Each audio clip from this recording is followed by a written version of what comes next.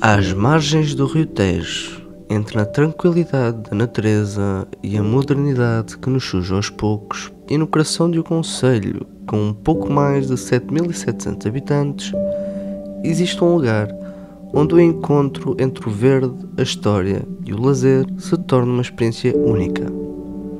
Um lugar que é mais do que apresenta, um lugar onde se torna a memória viva de um concelho e o reflexo de uma comunidade que abraça o futuro sem esquecer as suas raízes.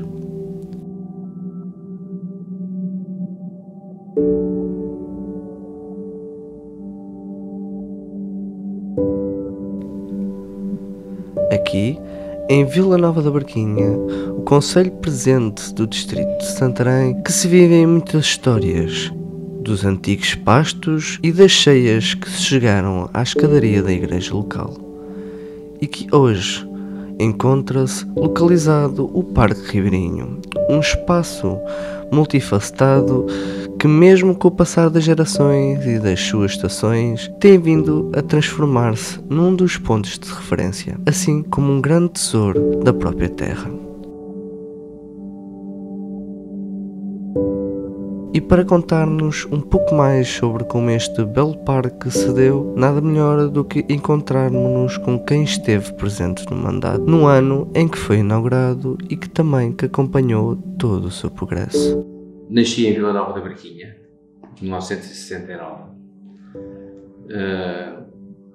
e aqui resido, portanto, desde essa altura, com exceção dos períodos onde estive a estudar fora. Desde muito cedo me interessei pela atividade local. Eu, com 18, 19 anos, fiz parte da Assembleia de Freguesia de Vila Nova da Barquinha, na altura liderada pelo Sr. Minrado, e portanto estamos a falar de 1989. Sem que se esperasse por isso, portanto, nas eleições de 1997, acabei eleito Presidente de Câmara. Como é que era a Barquinha em 1998? Quando iniciei o mandato, era de facto era muito diferente. Desde logo, por exemplo, na área do ensino, se pensarmos que a Barquinha começava ali pelo campo de futebol, onde agora está a Escola de Ciência Viva. Tínhamos uma escola da C+S de facto muito diferente, portanto, Vila Nova da Barquinha tinha, nessa altura, só entre o Paúl, portanto a zona onde está agora a farmácia, e a zona da Barca, tinha mais de 200 edifícios com níveis de degradação elevados. Portanto, era uma vila de facto, com problemas ao nível da reabilitação urbana, ao nível do seu casco construído, com problemas graves desse ponto de vista, com a descida da população, e essencialmente uma coisa que caracterizava, e que não é típica apenas da Barquinha, mas a vila estava de costas para o rio.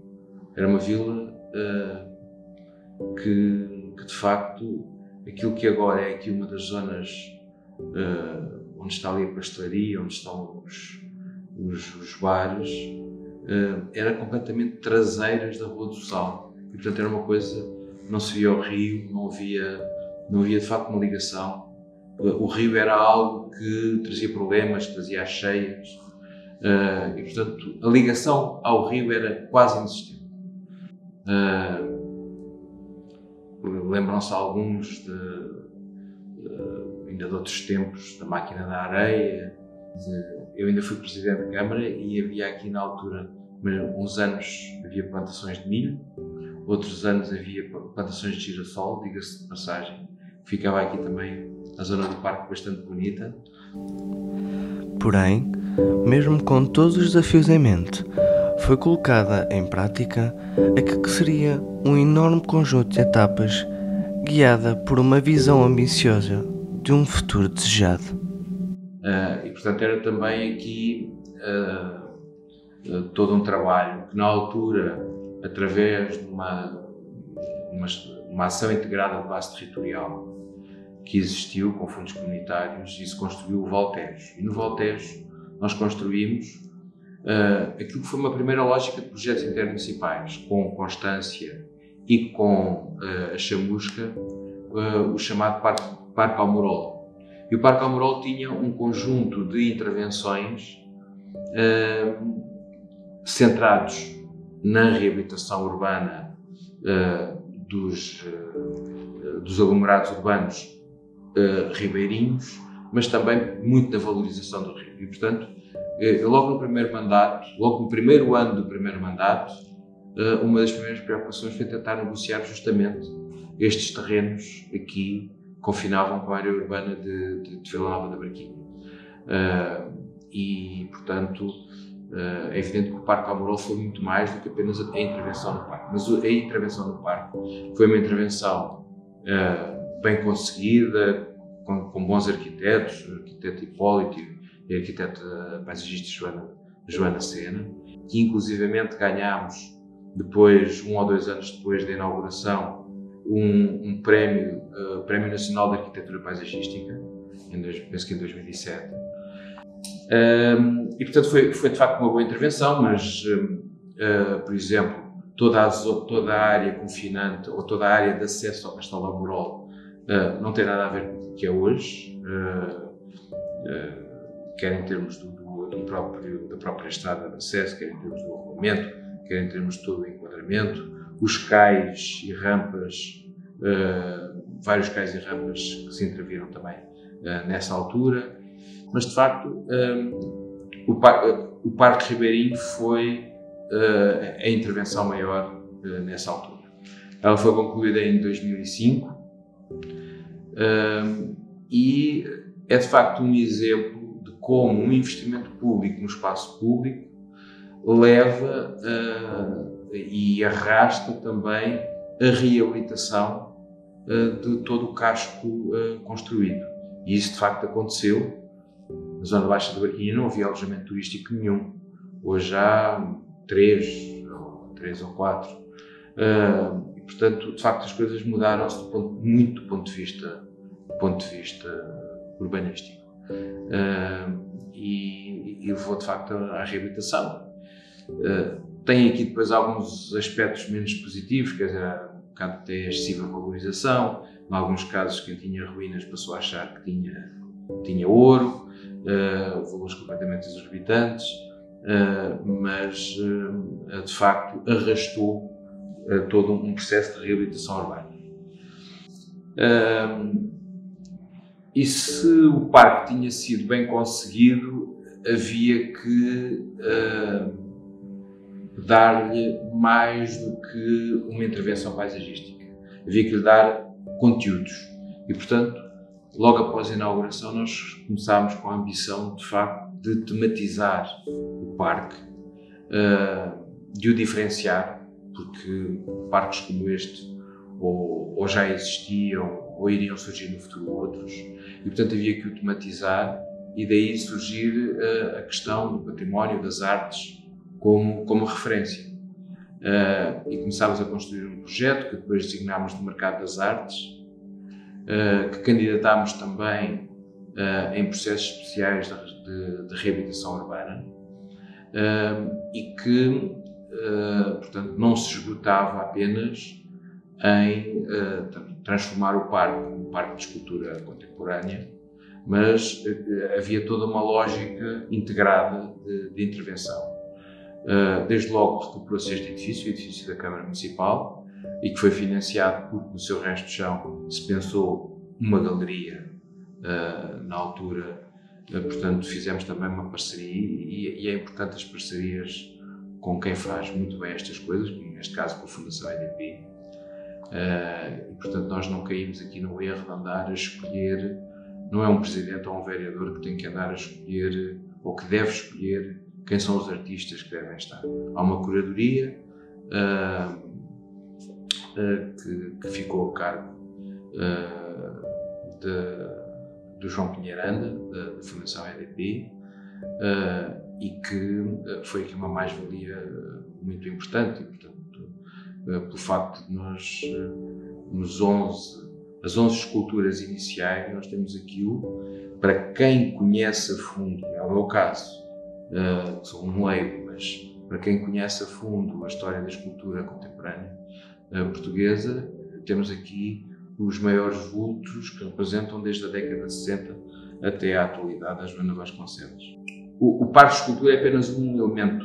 Houve aqui a galeria, houve a transformação daquilo que designávamos na altura a antiga Casa da Hidráulica num centro para a formação no âmbito das artes. Criaram-se também residências para artistas e, portanto, cruzou-se também tudo isto com o próprio Centro Cultural. Foi um processo, eu julgo que entre a inauguração do parque e depois a inauguração do Parque de Escultura, me deram 7 anos, por aí. Uma de 2005, a primeira, e a outra no final de 2012. E, portanto, coincidiu, grosso modo, em 2013, saí da Câmara Municipal. E aqui a intenção era, para além de todos os processos que já vos falei de reabilitação urbana, era dar também relevo económico para a própria vila desta existência e que pudéssemos passar a beneficiar em parte da quantidade de turistas que iam ao Castelo Almorol e que não passavam pela vila. Da visão de um mandato, mas um espaço que transformou a relação entre a vila e o Rio Tejo, promovendo o lazer, a cultura e o turismo sustentável.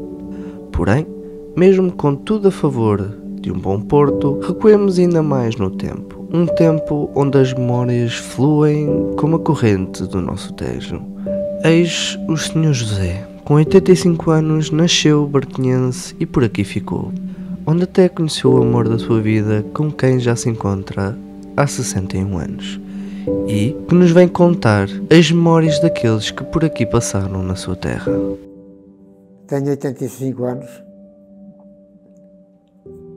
sou casado, já vai a quase há 101 anos com a Maria Fernanda de Salvador Pereira. Nascido em Constância, mas moro na Barquinha já desde a idade dos 6 anos. Posso dizer, no tempo que eu conheci, antes do parque, eu conheço.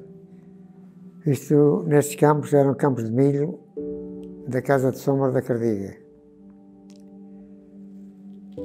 Eram lavrados com, tanto esse como aqueles no Caminho de Tancos, eram lavrados com juntas de bois. Aquilo era bonito naquela altura, não havia outra solução, não havia tratores na sertão. Iam eles, uns atrás dos outros, cada um com a sua charrua, lavravam cada vez 7 ou 8 ou 10 juntas, lavravam logo uma área de 5 metros ou mais largo daquilo. E depois lavravam os campos. Depois vinham com umas mulas, tinham uns arados de madeira com os bicos para baixo, que era para arasar os torrões, para endireitar a terra. Depois daquilo, era um homem próprio, um lavrador próprio, um trabalhador do campo. O milho era semeado à mão. Tinha um tanque, um saco assim, o pescoço largo para baixo, ia tirando e ia semeando. Isto é derivado ao milho que eu estou a contar. Depois, quando o milho estava maiorzinho, iam lá as mulheres, onde as minhas irmãs, duas, uma falecida e outra ainda não, trabalharam com outras raparigas, que era para desmontar o milho. Ficava, como era semeado à mão, ficava muito junto, que era ficar só um ou dois para desmontar. Depois era sachado com uma enxada. E era regado depois com um torre de tirar a água do Tejo. As pessoas que trabalhavam no campo já havia muita gente. Em princípio, muitas trabalhavam no campo na Quinta da Cardiga. Assim como trabalhou a minha mulher, nunca lá trabalhou, mas a minha cunhada e a minha sogra trabalharam muitos anos. E era uma terra boa, pá, uma terra bonita. Não havia aquela rua ali por baixo, da banda de baixo do lar, que a gente chama os bairros peliteiros, que era chamávamos de um antigo jardim antigamente. Onde está aquela coisa em pedra feita, o lagozinho, de antes era bonito. Tínhamos duas escolas, tínhamos 3 escolas, uma ao pé da igreja, uma para raparigas e outra para rapazes. E havia outra ao pé do lar, onde é o lar das festas. Onde lá está a casinha da escola, onde eu andei praticamente sempre o tempo todo. Chamavam na escola de baixo. E a Braquinha era uma terra bonita, pá. Fazia-se antigamente, no verão, as grandes festas, havia 6 festas de dia na Braquinha. Era sempre em julho, 3 dias numa semana, 3 dias na outra. Onde iam os melhores artistas que passaram pelo rádio nessa altura, não havia televisão, era só o rádio. Com muitos artistas, António Calvário, o Artur Garcia, muitos outros já morreram, Luís Mascarenhas, e muitos mais já faleceram. E as festas eram bonitas, havia o bar muito grande, que chamavam no chá, só entrava por lá quem pagava o bilhete. Mas de cá fora tinha várias barracas, tinha a Carmesse, tinha a barraca agrícola, as pessoas, quando havia o cortejo, havia o pedido, pediam para as festas, convidavam raparigas para ir para as festas, as minhas irmãs ainda foram lá, e a minha mulher também, ainda serviu lá umas vezes, na Carmesse, outras no chá, que eles chamavam o chá, que era aquilo do bar, onde se viam as comidas. E eram 2 festas bonitas. Pelo Santo António, havia a Feira de Santo António, onde formavam dessas barracas antigas e onde havia um circo sempre no largo cá do Pirão, que era onde tinha um circo.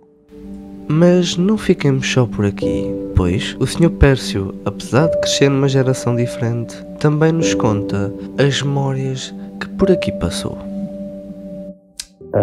A Braquinha era uma terra muito pacata, antes de haver esta intervenção no parque. Não é que agora seja muito mais movimentada, mas agora é um sítio agradável para se passear ao fim de semana, e mesmo os moradores têm um espaço de lazer para brincar com os filhos. E a Braquinha, antes da construção do parque, era uma terra até mais triste. As pessoas tinham quase que vergonha de dizer que eram da Braquinha, porque era uma terra feia, o rio não estava próximo da população, e no fundo o rio, que é o elemento natural mais bonito, era um bocado as traseiras da terra e o sítio onde até por vezes se deitava o lixo, e pronto, nunca foi um espaço bonito. E agora, com a construção do parque, tudo isso mudou e houve aqui uma inversão da mentalidade a 180 graus. Agora as pessoas orgulham-se de ser da Braquinha, orgulham-se do parque que têm, inclusivamente vêm pessoas de todas as localidades vizinhas ver o seu café ou passear com os filhos ao fim de semana no parque. O parque é um motivo de orgulho para os braquinhenses. E pronto, depois há outra questão que é mais económica, vá lá. O parque fez com que surgisse muita construção nas suas imediações, ou seja, as casas foram valorizando, e houve aqui uma transformação que, com este investimento que foi público, surgiram muitos investimentos privados. E ainda esta semana saíram notícias em vários órgãos de comunicação social em que a Braquinha é o segundo concelho do país onde os imóveis mais subiram de preço, 30 e tal % num ano. Mas será que foi apenas esse o impacto que este espaço arcou? Ou será que alavancou muito mais do que imaginamos? Eu penso que a principal é que teve mais impacto foi de facto a questão da reabilitação urbana que existiu na própria vila. Não é? Havendo uma intervenção com a qualidade como o do Parque Ribeirinho tinha, e num momento de tendência das pessoas darem muito mais valor por terem espaço ao ar livre, por terem espaço onde uma criança possa correr sem haver aquela preocupação de no momento seguinte estar no meio de uma estrada muito movimentada, e isso é muito valorizado e portanto qualificou o parque. Ao qualificar o parque também qualifica o espaço adjacente e portanto viver numa vila que tem um parque assim passa a ser apetecível e portanto ajudou muito à própria reabilitação. Essa é uma mudança que foi feita depois pelos privados, foi feita, a vila passou a ser apetecível e portanto tem esse efeito positivo de passar um bocadinho para a moda. Poder morar na Barquinha passou a ser um bocadinho privilégio naquilo que era uma vila que de facto tinha muito pouca vida. E qual será a opinião sobre o impacto daqueles que por aqui vivem? Bem, eu acho bem. Foi desenvolvimento para a minha terra. Eu acho bem que foi bem arranjado. Então, está bem que o que fosse uns campos de cultivo, mas também há muitos sítios que podiam ser cultivados e não são. Sim, está muito não cabe. Deu um bocadinho de vida mais ao Conselho. Antes o que dava vida ao Conselho era as festas. E era a Feira de Santo António. Agora isto deu mais, porque a Barquinha estava a ficar um bocadinho abaixo aqui abaixo. Assim, podemos indicar que o seu surgimento, o Parque Ribeirinho tornou-se o coração da vila, um lugar de encontro, celebração e conexão com a natureza, um lugar que até para os seus habitantes é possível retratá-lo como algo muito mais do que um simples espaço físico, algo que se tornou uma extensão das suas histórias, onde as gerações se conectam e enriquecem a sua terra. Restando apenas dizer que para Vila Nova da Barquinha, o Parque Ribeirinho não é apenas um lugar num concelho, mas sim um legado que fica na sua história.